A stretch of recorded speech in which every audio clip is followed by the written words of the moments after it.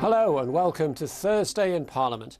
Our look at the best of the day in the Commons and the Lords. On this programme, MPs approve a report which formally admonishes two former News of the World executives for deceiving Parliament over phone hacking. Phone hacking at News of the World was not restricted to one journalist. It was widespread throughout the organisation. There was a cultural problem and they all knew about it. And they systematically lied about it over a number of inquiries. An ex-cabinet minister says snags in cutting an international trade deal suggest the UK should speed up its exit from the EU.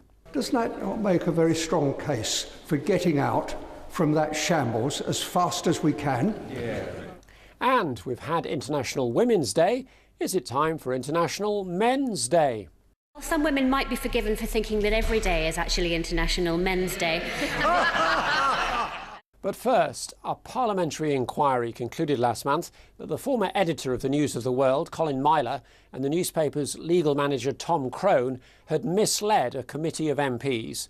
The two had given evidence about the phone hacking scandal that erupted in the summer of 2011 and that led to police investigations, criminal prosecutions, resignations and the closure of the News of the World. Phone hacking was the practice of intercepting by newspaper reporters of phone calls and voicemails of celebrities and others, including members of the royal family and the murdered teenager Millie Dowler. Last month's findings that Mr Myler and Mr Crone were in contempt of Parliament led to a motion being put to MPs for the two men to be formally admonished for their conduct. Decisions which shape and affect our constituents' lives are made by businesses, organisations and of course ministers whose work is overseen by select committees. And scrutiny can only happen effectively because of the powers and privileges afforded to members of Parliament. Without them, the ability of MPs to serve their constituents properly is undermined. So the findings of the Committee of Privileges that Parliament has in this instance been knowingly misled are of serious concern. We shouldn't underestimate admonishment because, to be frank, this is the House saying that these two men are liars. They are not honourable people. They are people who have deliberately misled Parliament, and they're not reliable witnesses. And I think anybody who wanted to employ them would obviously want to bear that in mind. But it is worth saying that if this had happened in the United States of America, the Leader of the House is absolutely right, this would have gone to court rather than have been dealt with by Congress. But the penalties would have been considerably higher than than some words on the Journal of the House of Commons. He wanted the two men to be made to appear at the doorway of the chamber. It's called the bar of the House, to be told off. The reason we're not doing that is because we're frightened that we can't do that. That we can't actually summon someone to the bar of the House because the Speaker's warrant has no effect, the Sergeant-at-Arms has no power, we can't actually bring somebody. And in the end, the problem in that is, in which case we can't actually we can't actually summon somebody or force somebody to appear as a witness before a select committee.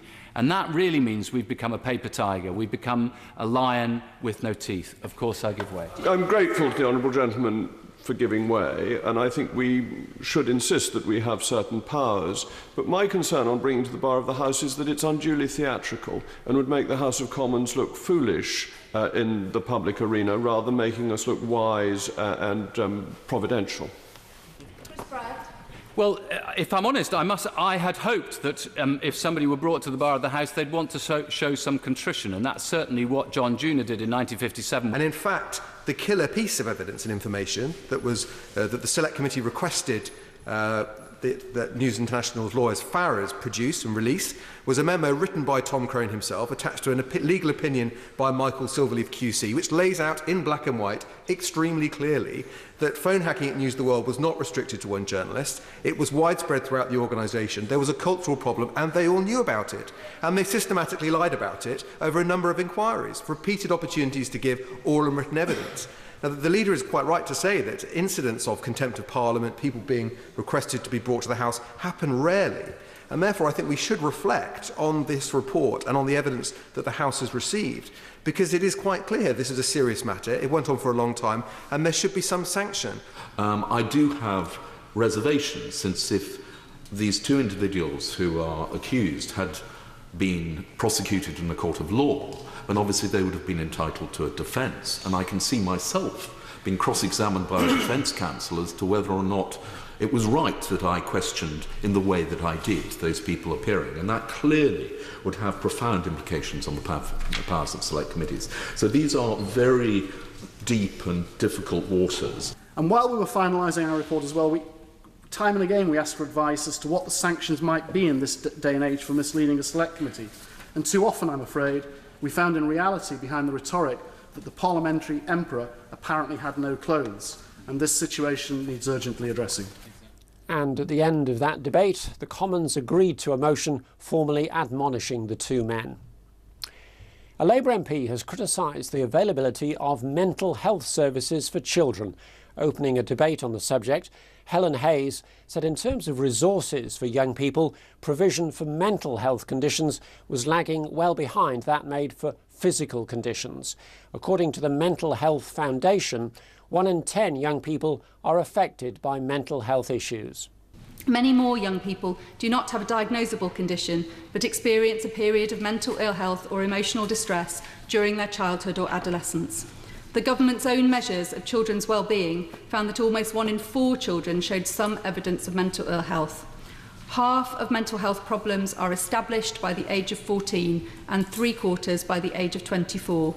Shockingly, suicide is the most common cause of death for boys aged between 5 and 19, and the second most common for girls of that age after traffic accidents. Just imagine if 75% of people with a bacterial infection struggled to get access to treatment, or if almost a quarter of referrals for cataracts were turned away, or if people with a chest infection were routinely forced to wait until they had pneumonia before any help was provided, or those with a broken leg were forced to wait for days in A&E only to be sent to a hospital hundreds of miles away to be treated.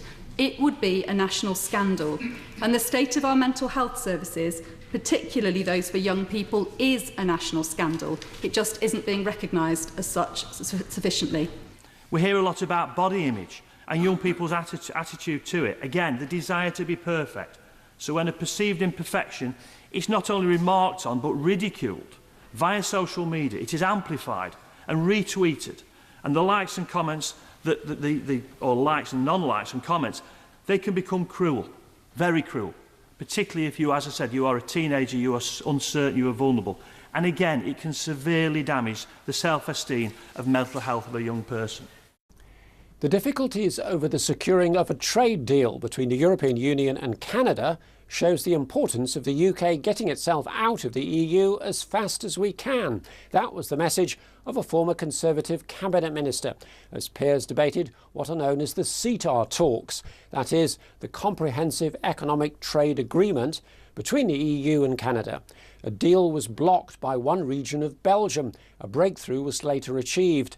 The exchanges came as news emerged that Nissan is to go ahead with the making of 2 new models in Sunderland, so securing 7,000 jobs, and that the UK economy grew by 0.5% in the 3 months since June. Today we learn that the economy has grown by 0.5% and not resulted in a recession. And we also learn that Nissan are now going to build their cars in the northeast. Should we not take a positive view looking forward? Isn't the lesson of the the disintegration of the Canada deal that if you have to negotiate and involve 28 different countries and 28 interests, it's extremely difficult, and in the future we'll be able to decide for ourselves? Well, I'd like to thank my noble friend for those very helpful remarks. A Lib Dem turned to the likelihood of the UK leaving the EU on terms that are favourable to the UK. Does the government still believe that its bespoke deal can be delivered in 2 years? And what bilateral talks are they having with other EU member states to prevent the UK deal being a mixed deal, which will need ratification in over 30 assemblies and parliaments? I just want to say that the UK is unique and the deal we negotiate will be bespoke. The relationship The relationships that Canada and the UK have with the EU are very different. We are an EU member state, whereas Canada is not. The UK is an important market for the European Union. Therefore, an ongoing trading relationship is in the EU's interests. Would my noble friend not agree that what we have seen in the negotiations between the European Union and the Canadian government is an example of totally dysfunctional, incompetent, blundering government in Brussels? And there is no democratic way in which that can be altered. Doesn't that not make a very strong case for getting out from that shambles as fast as we can? Does the government recognise the difficulties of the path in which they've embarked, where you have sub-state entities in the United Kingdom, i.e. the Scottish Parliament, and you have sub-state entities in every other state in Europe? Can the noble lady the Minister therefore assure us that in this complex, huge, interlocked series of negotiations, there are no issues which require other than qualified majority voting? In other words, is every single aspect of this negotiation free from the prospect of a unanimous decision being scuppered by a sub-state institution here or in Europe? Very good. I'd like to say to the noble lord that we want the best deal for the whole of the United Kingdom, and therefore, you know, and the UK is a unique case. What we want to negotiate is something bespoke, but that is not to say that we're not looking at every single region of the United Kingdom to see what is best for that region. You're watching our roundup of the day in the Commons and the Lords. Still to come, who do you think you're kidding, Prime Minister? A member of the Shadow Cabinet puts a Dad's Army slant on the week's events.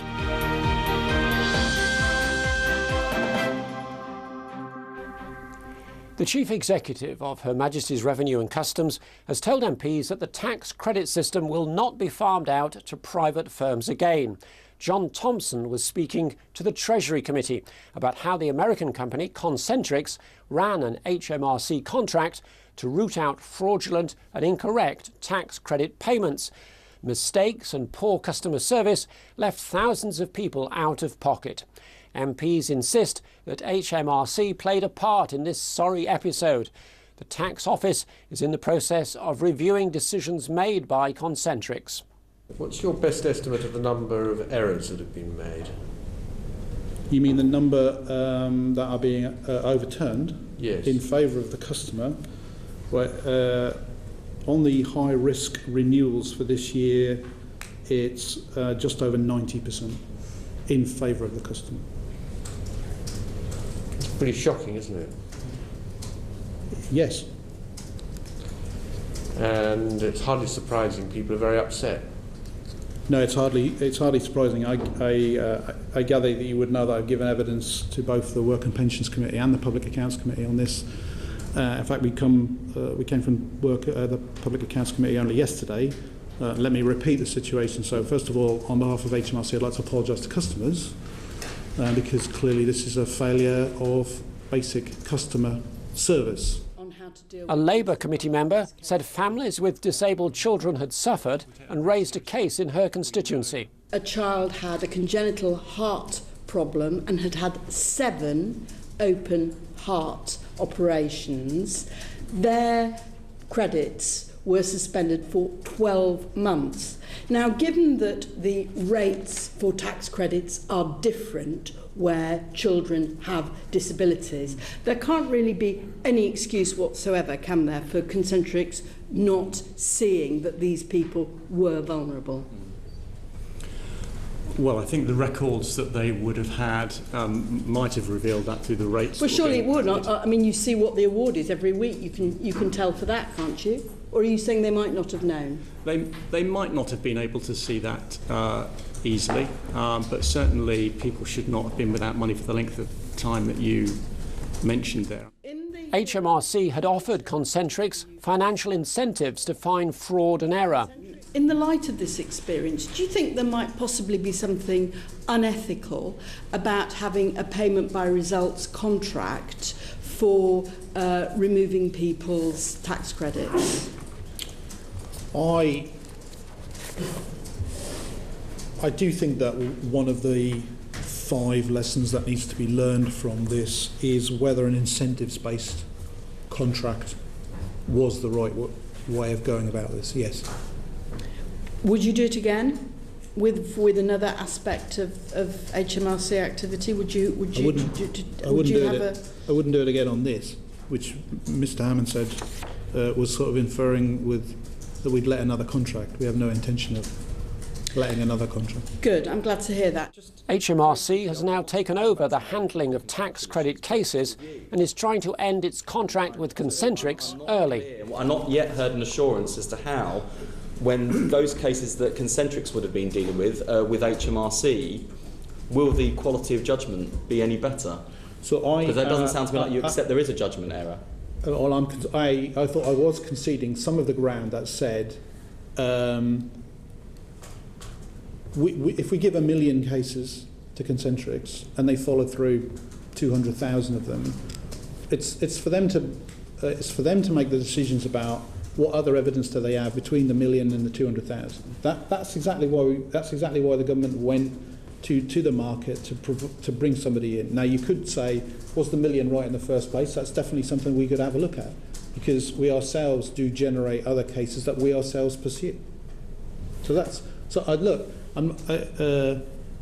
is not a binary thing in which the tax credit system in this particular circumstance is entirely about Concentrix and what happened with Concentrix. There are other issues about the tax credit system which is suboptimal, and there are issues, other points about we have to accept responsibility here for what's happened. I'm not saying this is 100% a Concentrix issue. Well, suboptimal doesn't really fully cover it, does it? On the basis but the tax credit system is I could use some other more colourful language if you like, but it wouldn't be a system. Well, have a go. It's deeply flawed, in my opinion. And the government's long-term solution, of course, is to stop tax credits altogether. We will not be going back to the market for this kind of work. Define this kind of work. We will not. Let me be clearer then. We will not be going back to the market to seek a third party to help us in any way with the tax credits system. The Chief Executive of HMRC, John Thompson. The Attorney General has indicated the law could be changed to give greater protection to alleged rape victims. It follows the case of Ched Evans. The Welsh footballer was found not guilty of raping a 19-year-old woman at a retrial after a 5-year battle to clear his name. At the retrial, evidence of the woman's sexual history was allowed to be used in evidence, and that has led to concerns that people will be put off reporting rapes in the future. It was an issue raised at Commons Question Time by a Labour MP.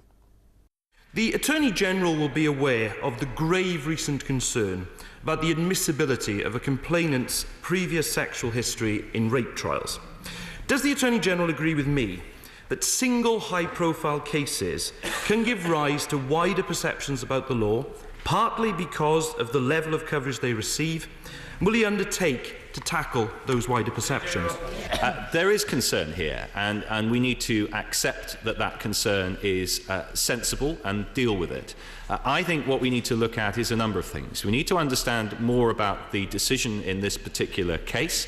We need to understand whether a change in the law is appropriate, and if not, whether it is sensible to look at the guidance that is given to judges about when this evidence is admissible, and then the guidance that judges give to juries about how that evidence should be used. I'm grateful to hear that the Attorney-General has committed to looking at the guidance that is given to judges and, of course, what judges say to juries. In addition to that, will he also look at the guidance that is given by the Crown Prosecution Service to the lawyers that appear before the courts that will be dealing with these applications on a regular basis. But certainly it's worth looking at all of the guidance and indeed at the whole picture. This is, I think, a provision which, as far as I'm aware, is not routinely used, but we must be confident that the message sent to those who may be willing or are currently worried about reporting these sorts of offences is not that they are not encouraged to do so, quite the reverse, they are, and we need to make sure that those messages are clear. A constituent of mine is a victim of rape. A complete lack of communication and action from the police has left her unable to move on and recover from the horrific ordeal. After a year and a half, the case, which the superintendent deemed a professional embarrassment, has finally been brought to the CPS.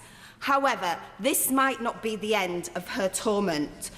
Will the Minister agree that communication with victims is vital in effectively prosecuting offenders? I do agree with the Honourable Lady, and what she describes clearly doesn't sound acceptable or in line with the standards we would all expect. Jeremy Wright. The Conservative candidate for London Mayor, Zac Goldsmith, has resigned from the Commons in protest at the government's decision to go ahead with the controversial third runway at Heathrow Airport. His departure means there'll now be a by-election in the West London constituency of Richmond Park, where Zac Goldsmith has been the MP since 2010. He's promising to stand now as an independent candidate. The writ for the by-election was formally moved at the start of the day.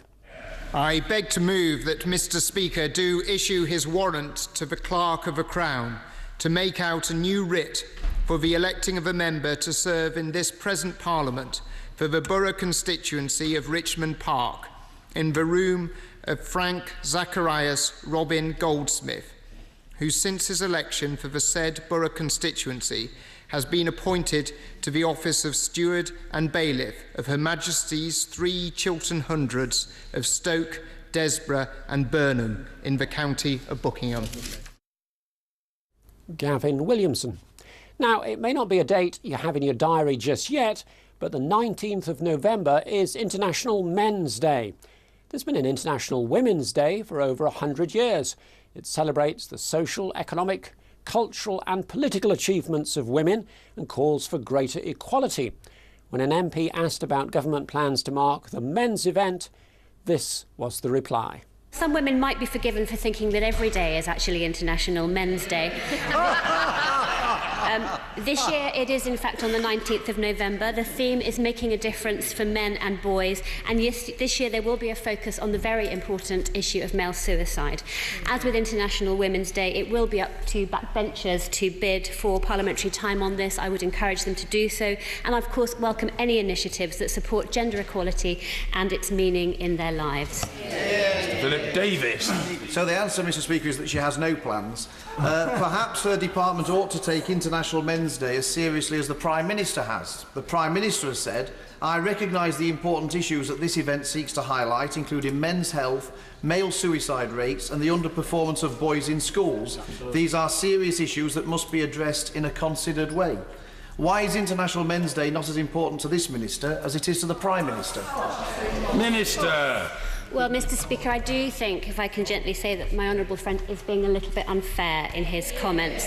The role of the Government Equalities Office is to tackle inequality wherever we find it. And as parents of sons up and down this country, including myself, will all be concerned and conscious about the issues that he's mentioned and indeed the Prime Minister's mentioned.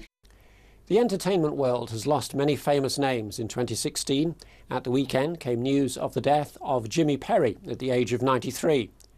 Jimmy Perry was one half of the famous scriptwriting duo Perry and Croft, who wrote a string of successful BBC television comedy series, with Dad's Army probably being the one that was most loved. Labour's Valerie Vaz recruited some of Jimmy Perry's most famous catchphrases when she paid tribute to him and mocked the government. And it struck me that you could hear those catchphrases ringing around number 10. So we hear the cry of, "Don't panic, don't panic." Or as the Prime Minister slaps down her recalcitrant and wayward colleagues, you can hear her muttering, "Stupid boys." And when you ask their position on Brexit, the infamous, "Don't tell them, Pike." Mr. Speaker. And I think that, well, I'm happy to join her in paying tribute to the late Jimmy Perry, and I thought it was a wonderful gesture when outside Buckingham Palace earlier this week, the military band in the changing of the guard ceremony played the theme tune to Dad's Army as a tribute to Mr. Perry. But I do think when I look across at the opposition, and in particular when I look at their faces during Prime Minister's questions, the phrase that comes into my mind is they don't like it up 'em.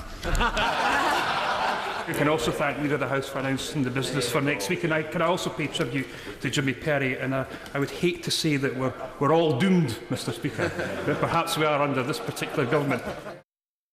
Pete Wishart. And that's it for this programme. Do join me for the Week in Parliament, when we not only look back over the last few days in the Commons and the Lords, but also discuss whether the Heathrow expansion announcement should have led to Boris Johnson's resignation from the Cabinet. And we try to assess if once being in a TV soap opera helps or hinders someone entering Parliament as a new MP. Until then, from me, Keith McDougall, goodbye.